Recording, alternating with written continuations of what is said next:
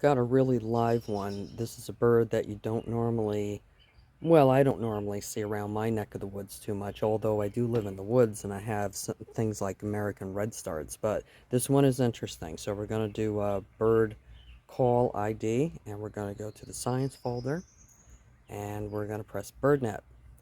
And at the top, we're going to press the record and be quiet.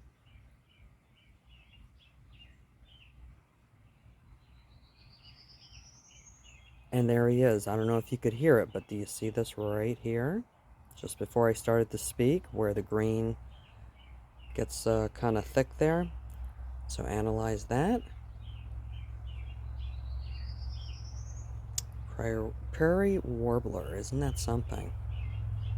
Very nice. And then you click on it and you can learn some more things about it.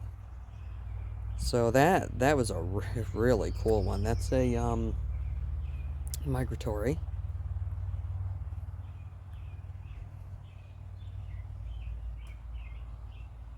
Yeah, forest edges in eastern North America.